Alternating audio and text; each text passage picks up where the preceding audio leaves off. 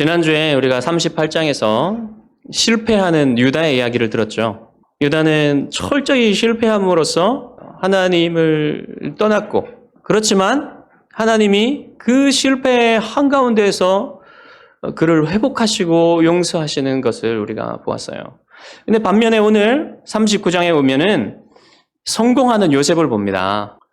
요셉이 절망하고 아무렇게나 자기 삶을 내던져 버려도 이상할 것이 하나도 없는 그런 상황이죠. 형들에게 버림받고 노예로 팔려서 짐승 같은 취급 또는 물건 같은 취급을 받으면서 이리저리 끌려다니다가 이제 보디발의 손에 팔리게 되는 그런 상황에서 여러분 얼마나 원망스럽겠어요. 많은 시련들이 있지만, 많은 어려움들이 있지만 여러분도 당해보셨을지 모르겠습니다. 내가 신뢰하는 사람, 내가 사랑하는 사람들, 가족이라고 생각했던 사람들, 이런 사람들한테 배신당할 때 여러분 그 상처는 정말 말할 수가 없습니다. 그 아픔이 제일 커요. 사실은 우리가 살다 보면 경제적인 어려움이나 건강의 어려움이나 이런 부분들은 다 어렵지만 사실 그 상황 속에서 이제 배신당하는 고통이 제일 크죠. 그런 속에서 요셉이 원망하며 미워하며 복수를 꿈꾸고 절망하면서 삶을 아무렇게나 살아도 이상할 것이 없는 상황으로 던져졌는데도 요셉은 그것을 선택하지 않습니다. 오히려 하나님을 믿고 하나님이 주신 약속을 붙드는 길을 걸어가요. 요셉은 어릴 때부터 아버지로부터 이 이야기들을 들었어요. 증조 할아버지 아브라함에게 주신 하나님의 약속, 이삭에게 주신 약속, 그리고 야곱에게 주신 약속, 아버지에게 주신 약속, 이 이야기들을 들으면서 어린 시절을 보냈어요. 그 약속에 대한 믿음이 요셉의 마음속에 있었습니다. 어린 시절부터. 그것이 점점 자라나서 지금 이곳에 있는 이 던져진 삶, 소망이 없는 삶, 이런 삶 속에서도 그 약속이 지금 요셉을 붙들고 있는 겁니다. 거기에다가 요셉이 또 꿈을 꿨죠. 이거 하나님이 주신 꿈이죠. 이 하나님의 주신 꿈이 어떻게 이루어질지, 언제 이루어질지 이런 것은 요셉이 알지 못합니다. 그렇지만 요셉은 이 꿈을 붙들고 있어요. 이건 하나님이 주신 꿈이다. 언젠가는 하나님이 이 꿈을 이루실 것이다 하는 사실을 요셉은 믿고 붙들고 살고 있어요. 그렇기 때문에 요셉이 무너지지 않고 원망의 노예가 되어서, 미움의 노예가 되어서 복수를 꿈꾸며 사는 그런 삶으로 떨어지지 않는 거예요. 여러분, 요셉의 삶이 굉장히 빛나죠. 그 성경의 어떤 사람보다 빛나는, 구약 성경의 어떤 사람을 보아도 요셉만큼 빛나는 사람이 잘 없어요. 물론 다니엘 같은 사람도 있고 하지만, 노아도 생각할 수 있겠고, 에녹도 생각할 수 있겠지만, 구체적으로 그의 삶이 그 빛나는 것을 드러내는 것은 어린 시절부터 해가지고, 요셉이 가장 어쩌면 최고봉에 이르는 그런 사람이라고 볼 수가 있습니다. 그래서 우리가 여러분 요셉의 이야기를 할 때 예수 그리스도의 그림자로, 예수 그리스도의 모형으로 요셉을 많이 제시하죠. 오늘만 해도 많이 찾아볼 수 있지만 오늘은 제가 그런 얘기는 하지 않겠습니다. 요셉의 삶이 이렇게 빛나는 것, 그것이 그냥 그럴만해서 그런 게 아니라 이 깊은 시련 속에서, 극심한 시련 속에서, 그리고 유혹이 엄청나게 강하고 불의함이 엄청난 이 속에서 하나님을 붙들고 믿음으로 살았던 요셉의 삶이 너무나 빛나는 거예요. 근데 그 빛나는 삶이 요셉 자신에게 이유가 있다고 성경은 말하지가 않습니다. 하나님에게 그 이유가 있다고 말해요. 하나님이 지금 요셉을 이렇게 성공적인 삶을 살게 하시는 것은, 형통한 삶을 살게 하시는 것은 하나님이 요셉을 향하여, 그리고 이스라엘을 향하여, 온 인류를 향하여 가지고 계신 원대한 하나님의 뜻을 이루어 가시는 그 원대한 퍼즐을 맞춰가는 그 하나의 퍼즐일 뿐이다라는 사실을 우리가 알아야 됩니다. 계속해서 오늘 본문에서 하나님이 요셉과 함께 하시기 때문에 요셉이 성공한다는 사실을 말해주고 있지요. 오늘 말씀을 통해서 하나님이 그 퍼즐을 어떻게 맞추어 가시는지를 우리가 볼 것입니다. 자, 요셉이 누구한테 팔렸습니까? 애굽의 왕 바로의 경호대장, 경호실장이라고 보면 돼요. 오늘날 대통령 경호실장, 미국의 바이든의 경호실장 정도로 생각하시면 됩니다. 그 사람한테 팔렸어요. 그리고 이 보디발의 집은 이제 애굽 왕궁의 근처에 있었을 겁니다. 오늘날로 말하면 백악관 앞집이에요. 얼마나 큰 집인지 모릅니다. 그 집 안에 정치범들을 가두는 감옥이 있을 정도로 굉장히 큰 저택입니다. 종들이 엄청나게 많아요. 그 집을 오가는 사람들도 엄청나게 많아요. 그곳에 요셉이 팔렸는데 점점 요셉이 하는 것을 보니까 너무 마음에 드는 거예요. 점점 총애를 입습니다. 보디발에. 이 소년이, 이 청년이 하는 일들을 보니까 손대는 것마다 다 잘 되는 거예요. 여러분, 손대는 것마다 잘 되는 사람이 있죠. 손대는 것마다 안 되는 사람도 있는데 손만 대면 하여튼 잘 되고 성공하고 이게 가다가 마는 게 아니라 끝까지 가면서 성공을 해요. 요셉이 하는 일은, 요셉이 다루는 사람들, 함께 지내는 사람들도 아주 행복하고 잘 돼요. 그런 모습을 보는 겁니다. 그리고 일만 잘 되는 것이 아니라 이 청년의 모습을 보니까 행동, 거제와 말, 모든 것이 믿을만하고 성실하고 정직하고 깨끗해요. 이 사람에게는 아무거나 그냥 맡겨도 되겠다 할 정도로 믿음이 갑니다. 그러니까 점점 총애가 되는 거죠. 이제 성경이 심지어 어떻게까지 말하냐면 그의 주인이 여호와께서 그와 함께 하심을 봤다 그래요. 또 여호와께서 그의 범사에 형통하게 하심을 보았다. 형통하게 했다는 것은 쉬운 말로 성공하게 한다는 거예요. 성공이란 말입니다. 보디발이 하나님을 알았다는 말은 아니겠죠. 요셉을 통해서 하나님을 이제 알고 하나님을 믿게 됐다 그런 말은 아니고, 보니까 요셉이 믿는 하나님이 있어요. 신이 있어요. 여호와라는 신을 믿어요. 요셉이. 근데 그 신이 분명히 이 요셉이라는 사람을 잘 되게 해주고 요셉과 함께 한다는 것을 보디발이 볼 수 있을 정도로, 보디발의 집 안에 있는 사람들이 볼 수 있을 정도로 빛난다는 거죠. 여러분, 예수님을 잘 믿는 사람들 보면요, 믿는 사람만 알게 되는 게 아니라 불신자들도 그 사람이 예수님 믿는 거 알아요. 다른 거 압니다. 드러나게 되는 거예요, 그냥. 요셉이 그랬단 말입니다.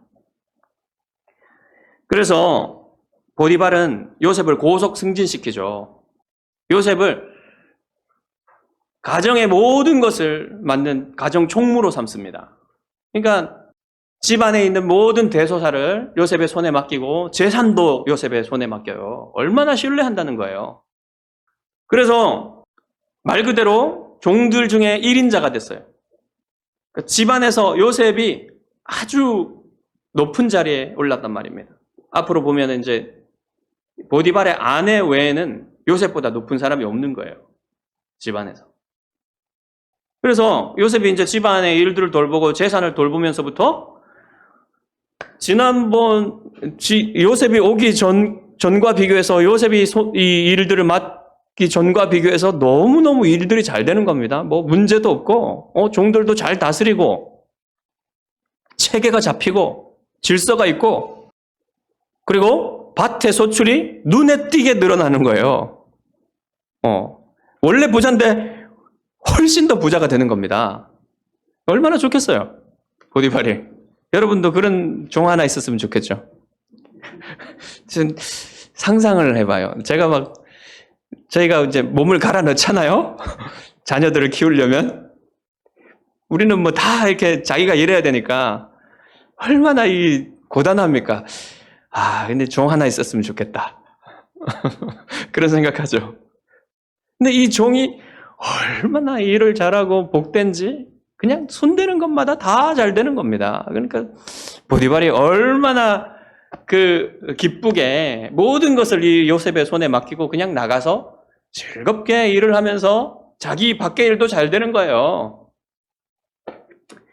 여러분, 이게 뭡니까?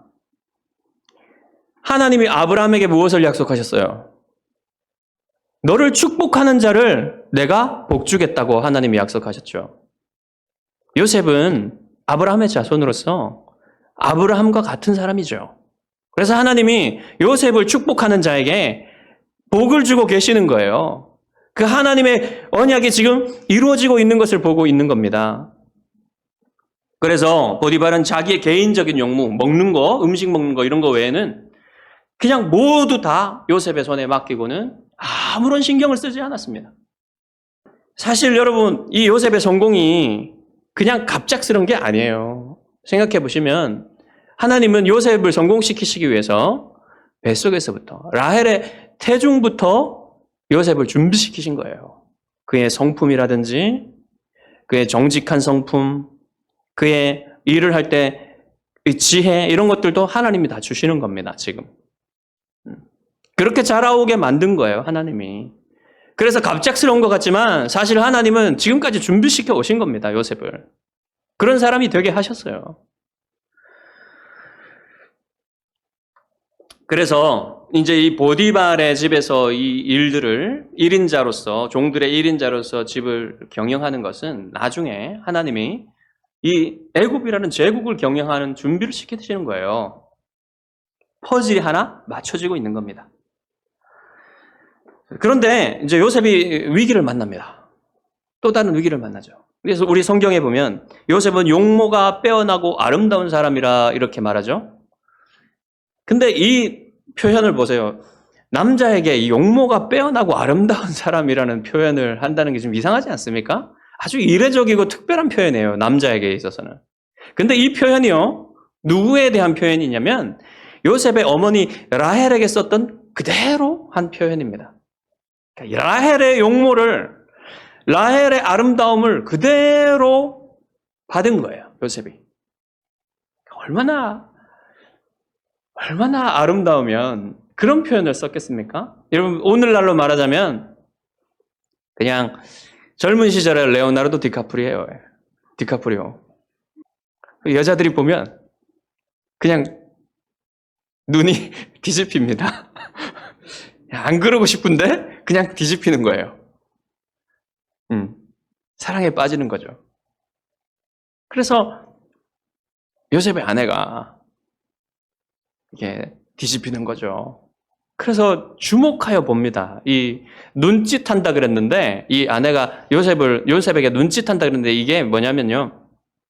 세밀히 관찰한다는 뜻이에요. 요셉을 세밀히 관찰하면 관찰할수록 너무 사랑스러운 거고, 근데 문제는 이제 그냥 사랑스러우면 끝인데, 사랑스러우면서 끝나는 것이 아니라 잠자리를 요구하는 거예요. 그러니까, 이 요셉이 아무리 1인자지만 종이잖아요. 노예잖아요. 그러니까 여주인과의 관계에서 보면 노예와 주인의 관계일 뿐인 거예요. 그러니까 이제 여기서 청한다 그랬는데 우리 성경에 보면 이 요청은 사실은 요구입니다. 주인의 요구예요. 나와 잠자리를 하자라고 명령하는 것과 비슷한 겁니다. 그러니까 이 여자가 여러분 보십시오. 이 여자는 주인이잖아요. 요셉의 주인인데 사실은 욕정의 노예가 되어 있는 상태입니다. 요셉이 3가지 이유를 들어서 이 요구를 거절합니다. 첫 번째는 이것은 나를 신뢰해준 주인의 보디발의 신뢰에 대한 배신입니다. 두 번째로 남편의 권리가 있지 않습니까? 아내에 대한 그 권리를 침해하는 것입니다. 그리고 가장 중요하게 3번째는 이것은 하나님에 대한 범죄입니다. 그래서 나는 이 큰 죄악을 행할 수가 없습니다라고 딱 잘라 거절을 해요. 여러분, 이게 참 그 당시에 그 노예 사회의 성적인 문란함에 비추어 볼 때 엄청나게 빛나는 도덕적인 순결함입니다. 날마다 요구했어요. 날마다. 우리 성경에 보면 그냥 한 번 하고 만 게 아니라 날마다 요구를 했다 그래요. 그런데도 불구하고 요셉은 그 여자와 함께 있는 것조차 싫어했어요. 그 여자와 함께 있는 것조차 피했어요. 그만큼 순결한, 완벽할 정도로 어쩌면 인간이 어떻게 이럴 수 있나 정도로 순결함을 나타내었습니다. 마치 여러분 할리우드 스타가 결혼관계 외에서는 온전히 성적인 순결을 지키는 것처럼 그런 것과 똑같아요. 거의 비슷하다고 보시면 됩니다. 그 정도로 요셉은 순결을 지켰죠. 근데 여러분 이제 이 유혹을 살펴보자면요. 이 유혹이 단지 요셉이 이제 20대의 젊은 청년이기 때문에 혈기왕성한 청년이기 때문에 그런 성적인 유혹이라고만 생각하기 쉽지만 분명히 그것도 있었죠. 그런 성적인 유혹이 있죠. 그런데 이 여자도 얼마나 아름다웠겠습니까?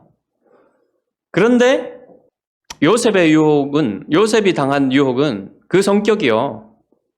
권력에 대한 거예요, 권력. 이 권력의 요구를 무시하면, 거절하면 어떻게 됩니까, 여러분?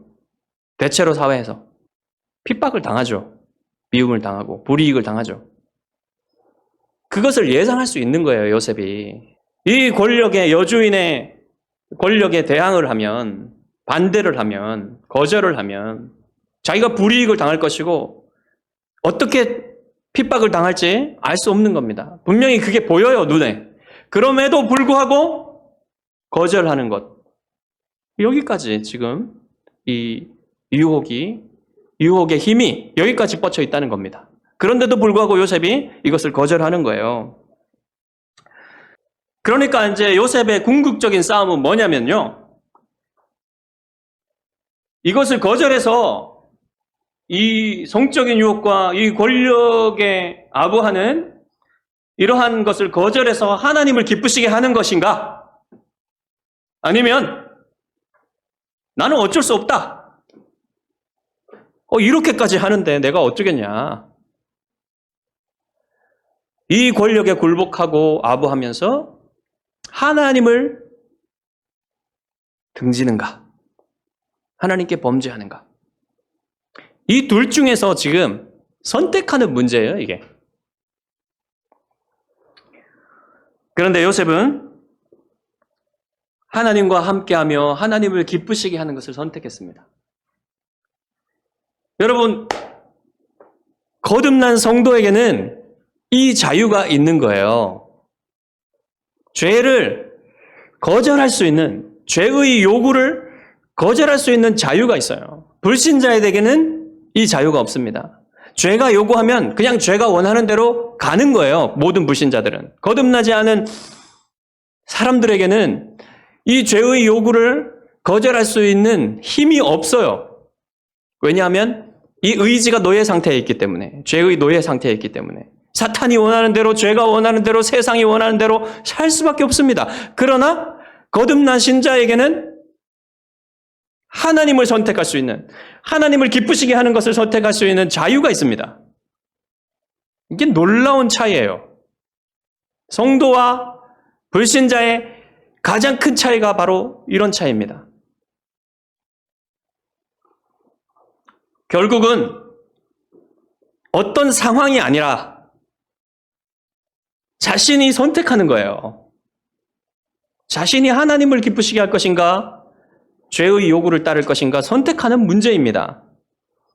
요셉은 바로 그때 하나님을 선택하는 길을 택했어요. 여러분이 반복적으로 짓는 죄도 다르지가 않아요. 이게 반복적으로 짓기 때문에 이게 고착화되어서 싸우지도 않고 싸워볼 생각도 하지 않고 계속 그 죄를 반복적으로 짓는 겁니다. 그러면 여러분 어떻게 됩니까?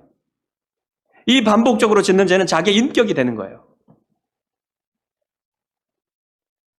싸워보려고 하지도 않고 그냥 짓는 죄가 되는 겁니다. 그럼 그게 자기 인격이 되는 것이죠. 신앙 인격이 되는 것이죠. 이런 것은요, 하나님의 큰 은혜가 부어지지 않으면요, 고착화돼서 잘 떨어지지 않아요. 그러니까 여러분 어떻게 해야 되겠습니까? 반복적으로 짓는 죄라도 결단을 하고 싸우기로 작정을 해야 됩니다. 그것은 누가 대신해 주지 않아요. 하나님이 대신해 주지 않습니다. 그 싸움은. 싸우는 거는 자기 자신이에요. 싸울 때 하나님이 은혜로 도우시고 사실 그 죄를 죽이시는 분은 하나님이시죠. 싸우는 건 나 자신이에요. 그러니까 여러분, 야고보가 말한 것처럼 하나님이 시험하시는 게 아니라 다 자기 욕망에 이끌려서 범죄하는 겁니다. 자기 욕심에 이끌려서 범죄하는 거예요. 그러면 여러분, 모두가 이렇게 사람들이 이런 유혹에 떨어지면 다들 실패하고 마는데 왜 요셉은 성공했을까요? 왜 요셉은 이런 유혹들을 이길 수 있었을까요? 여러분 생각해 보십시오. 지난주에 유다가 얼마나 간단히 실패했습니까? 정말 간단하게 실패한 유다의 모습. 그리고 여러분 심지어는 다윗 왕, 하나님의 마음에 합한 자인 다윗 왕도 이 죄에 떨어지고 말았어요. 그런데 어떻게 요셉은 이토록 신실하게, 이토록 순결하게 살 수 있었을까요? 성공할 수 있었을까요? 그것은 오늘 계속해서 말씀하시지만 하나님이 요셉과 함께 하셨기 때문에. 우리도 다 하나님이 함께 하시잖아요. 믿는 자들은 하나님이 다 함께 하시는데 다른 게 뭘까요? 요셉은 하나님이 자신과 함께 하시는 것을 강력하게 인식하고 있었어요. 지금 자기 주변에서 일어나는 일들이 하나님이 자기를 돕고 계시며 복주시고 계시고 함께 하신다는 사실을 강력하게 인식하고 있었습니다. 그 하나님이 함께 하시는 것이 분명한 그 현실 속에서 그것을 강력하게 인식하고 있는 그 속에서 어떻게 하나님께 범죄할 수 있겠습니까? 그게 하나님의 은혜예요, 여러분. 그게 요셉에게 있었던 하나님의 은혜이기 때문에 요셉은 그 현실을, 이 세상에 변하는 현실보다 변하지 않으시는 하나님이 자기와 함께 하시는 이 현실이 더 분명한 현실이었기 때문에 그 하나님 앞에서 범죄할 수 없었던 겁니다. 그래서 여러분, 우리 안에 있는 이 죄를 이기는 능력은 하나님의 은혜밖에 없는 거예요. 내 안에 어디에도 죄를 이길 수 있는 능력이 없어요. 외부에서 들어와야만 죄를 이길 수 있습니다. 하나님의 은혜가 부어져야만 죄를 이길 수 있어요. 그러니까 이것은 여러분도 다 체험하실 거예요. 죄가 나쁜 것이라는 것을 아는 것만으로는 충분하지 않는 거예요. 모두가 그리스도인들이면 다 죄가 나쁜 것인가를 알고 구체적인 아주 세밀한 것을 모를지라도 십계명의 요구를 알아요. 자꾸만 합리화해서 그렇지. 근데 그 죄가 무엇인지를 아는 것만으로는 충분하지 않단 말입니다. 하나님의 은혜의 능력이 있어야 죄를 이길 수 있다는 거예요.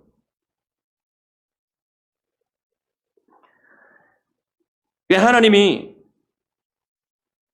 자기 형 유다에게는 이 은혜를 베푸시지 않으시고 왜 동생 요셉에게는 이 은혜를 베푸셨을까요? 그 하나님의 섭리입니다. 하나님이 은혜를 베풀고자 하는 자에게 은혜를 베푸십니다. 그러면 우리는 어떻게 해야 됩니까? 은혜를 안 베푸셨으니까 나는 죄 짓는 겁니다 하고 합리화해야 될까요?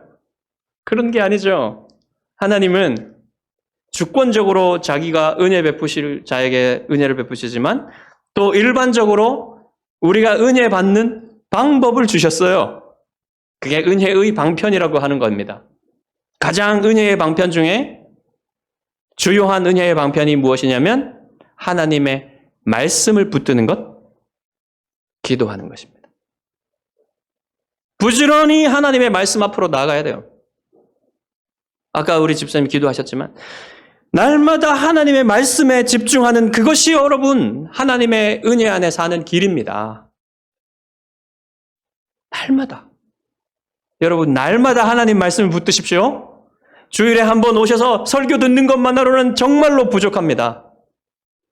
날마다 우리 예수기쁨교회 성경 읽기표를 가장 여러분이 접근하기 쉬운 곳에다가 두시고 아니면 여러분의 성경에 꽂아 두시고 아니면 붙여 두시고 늘 여러분 읽으십시오. 알람을 맞춰 놓으십시오. 시간을 정하여서 성경 보고 시간을 정하여서 기도하십시오.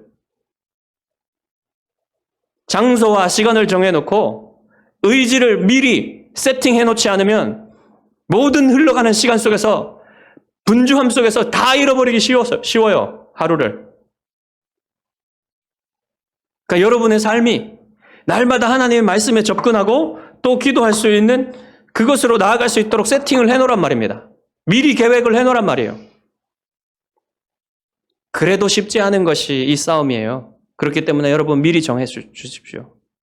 그러면 여러분 그것을 통해서 하나님이 은혜를 베푸시고 여러분이 죄를 이기는 삶을 살 수 있도록 하시는 것을 여러분 경험할 수 있는 겁니다. 요셉은 최대한 보디발의 아내를 피했어요. 여러분 성적인 죄에 대해서는 피하는 게 상책입니다. 최고의 방법은 피하는 거예요. 근데 어느 날 이제 요셉이 어쨌든 뭐 피하고 싶어도 자기가 사물을 봐야 되잖아요. 집에 들어가서. 그러니까 사물을 보러 집으로 들어갑니다. 들어가니까 그날은 어떻게 집 안에 있는 사람들이 아무도 없어요. 아무도 없어요. 그래가지고 이제 그 여자가 이 기회를 노렸겠죠. 그래서 요셉이 들어오니까 그 옷을 붙잡습니다. 얼마나 세게 붙잡았는지 붙잡고 동침하자 그래요. 얼마나 세게 붙잡았는지 요셉이 그 옷을 이제 가지고 가지 못하고 뿌리치고 그 옷을 버려두고 도망하여 집 밖으로 나가게 되죠. 최후의 일격을 가했는데 그것마저 통하지 않아요. 주로 여러분 이게 남자와 여자가 바뀌잖아요. 이런 상황에서. 근데 이 여자는 남자와 여자가 바뀌었어요. 이게.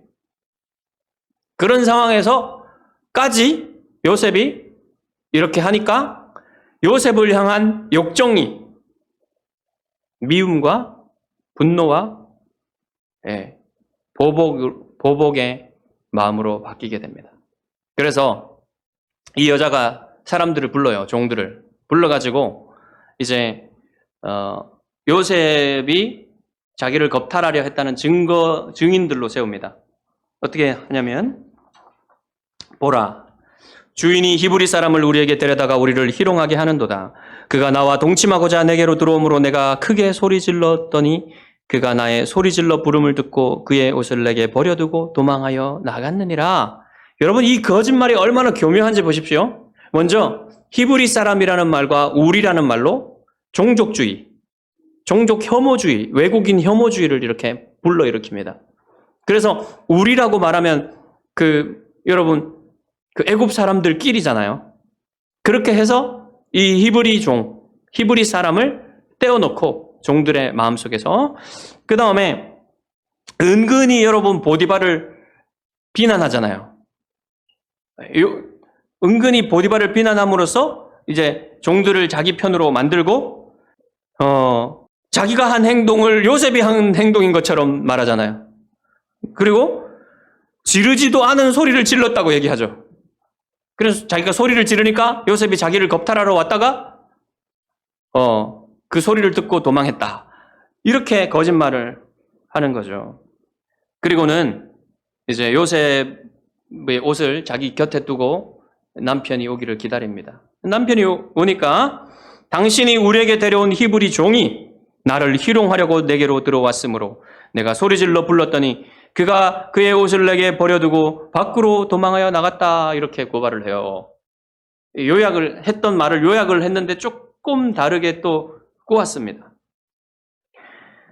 여러분, 보디발의 대응을 보면요, 조금 모호한 데가 있어요. 보디발이 어떻게 대응합니까? 그의 주인이 자기 아내가 자기에게 이르기를 당신의 종이 내게 이같이 행하였다 하는 말을 듣고 심히 노한지라. 심히 노했다 그랬죠?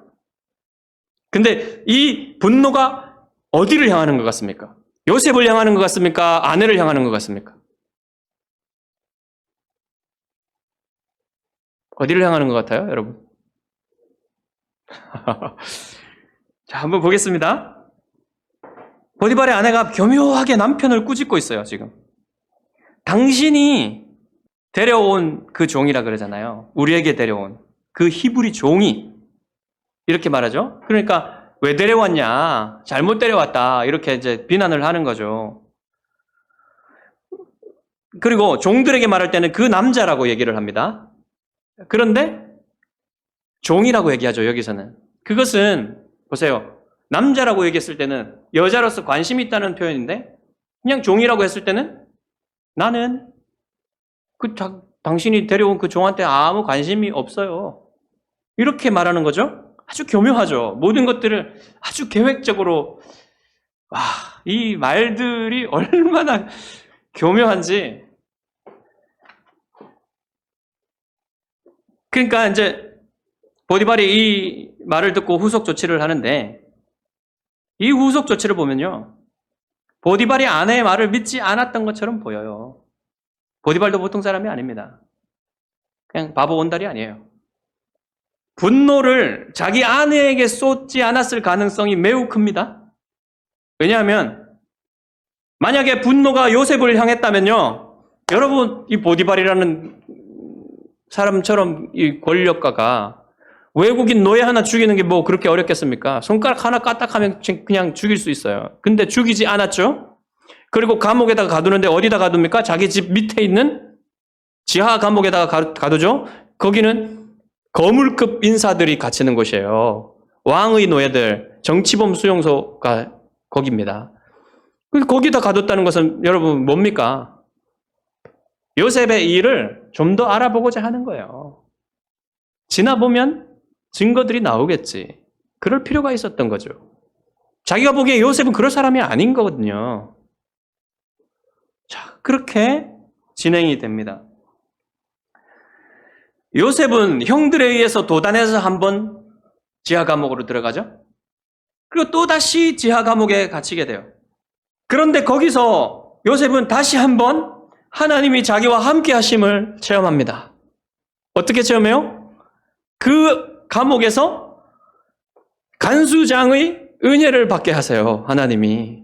그래서 간수장이 또 요셉에게 모든 재반 사물을 맡깁니다. 죄수들도 다 맡겨요, 요셉한테. 뭘 믿고? 여러분, 이런 일이 그냥 일어날 수 있습니까? 요셉은 이런 것을 보고 하나님이 이곳에서조차 나와 함께 하시고 복 주시고 계시는구나, 성공하게 하시는구나 하는 것을 분명히 볼 수 있었어요.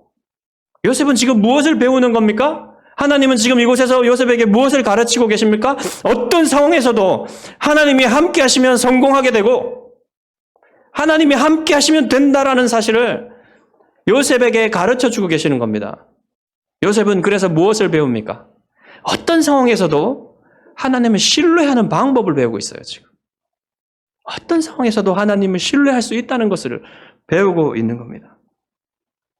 여러분, 간수장이 누굽니까? 보디발의 부하예요. 보디발의 부하가 자기 마음대로 모든 것을 할 수 있겠습니까? 이 모든 것이 보디발의 허락 하에서 일어나고 있는 것을 여러분 보시죠. 그리고 이 모든 것은 하나님이 그렇게 되도록 요셉과 함께 하셨기 때문에 이렇게 되어 가는 겁니다. 요셉은 불의한 모함을 통해서 지하 감옥에 갇히게 되죠. 그리고 그곳에서조차 간수장의 은혜를 입는 체험을 하면서 더욱 강하게 하나님이 자기와 함께하는 것을 인식하게 됩니다. 그리고 요셉은 알 수 없지만 그 감옥에 갇힌 것은 나중에 바로의 꿈을 해석하게 하시려는 하나님의 큰 퍼즐의 한 조각이라는 사실을 우리는 발견하게 되죠. 이런 일들이 진행되면서 요셉은 하나님이 주신 꿈에 점점 다가가고 있잖아요. 그 과정 가운데 요셉은 어떤 상황, 이렇게 철저하게 불의한 과정, 그 상황 속에서도 하나님을 신뢰하는 법을 배우는 거예요. 여러분은 요셉의 상황이라면 어떻게 하시겠습니까? 환경에 소망을 두면서 이 나쁜 환경이 좋은 환경으로 변하게 될 것만을 바라보며 그것을 소망하며 사시겠습니까? 이 상황이 변하지 않으면 하나님을 원망하면서, 사람들을 원망하면서 그렇게 낭망하면서 사시겠습니까? 아니면 환경이 아니라 어떤 환경 속에서도 함께 하시는 하나님의 약속, 우리를 향하신 하나님의 선하신 계획, 그것을 믿으면서 하나님께 소망을 두고 사시겠습니까? 어떻게 하시겠어요, 여러분? 어떻게 할 것 같습니까, 지금 여러분은? 여러분, 만약에 하나님을 선택하지 않고 하나님을 믿는 것, 하나님을 신뢰하는 것을 선택하지 않고 이 상황에 소망을 두고 사는 사람이라면, 내가 지금 이 상황의 변화에 소망을 두고 산다면 그것은 여러분이 하나님을 섬기고 하나님께 순종하고 하나님께 충성하는 그 동기가 자기 자신, 자기 사랑에 있다는 것을 보여주는 거예요. 자기 사랑의 감옥에 갇혀 있는 거예요. 그러면 환경의 노예가 될 수밖에 없습니다. 환경만 보고 살 수밖에 없어요. 그래서 하나님은 지금 우리에게 무슨 말씀을 하고 계십니까? 자기 사랑의 노예, 자기 중심성의 노예가 된 그 감옥에서 빠져나와라. 이렇게 말씀하고 계시는 겁니다. 성경은 요셉이 근본적으로 유다와 다른 사람이기 때문에 성공했다고 말하고 있는 게 아니에요, 여러분. 근본적으로 유다와 요셉은 같은 사람이에요.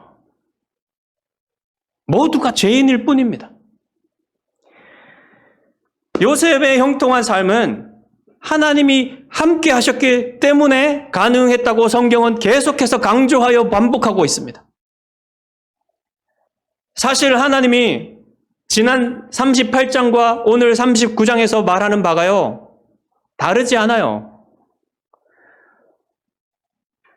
모두가 유다이든 유다 같은 사람이든 요셉 같은 사람이든 모두가 하나님의 은혜가 필요하다는 것을 말하고 있는 겁니다. 유다는 어땠습니까? 철저하게 실패한 삶을 통해서 나에게 하나님의 은혜가 필요하다는 사실을 깨닫는 거예요. 그리고 요셉은 성공하는 삶을 통해서 이 성공이 하나님의 은혜가 아니면 이루어질 수 없다는 사실을 요셉도 깨닫는 겁니다. 동일한 말씀을, 메시지를 우리에게 주고 계시는 거예요.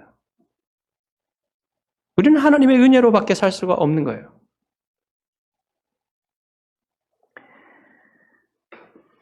하나님은 여러분에게 그 은혜를 주시기 위해서 십자가 위에서 불의한 고난을 당하고 계신 그 아들을 불의한 자들의 손에 그냥 넘겨주셨습니다. 아들이 가장 아버지가 필요했던 그때가 언제입니까? 바로 십자가 위에 달려있을 그때였어요.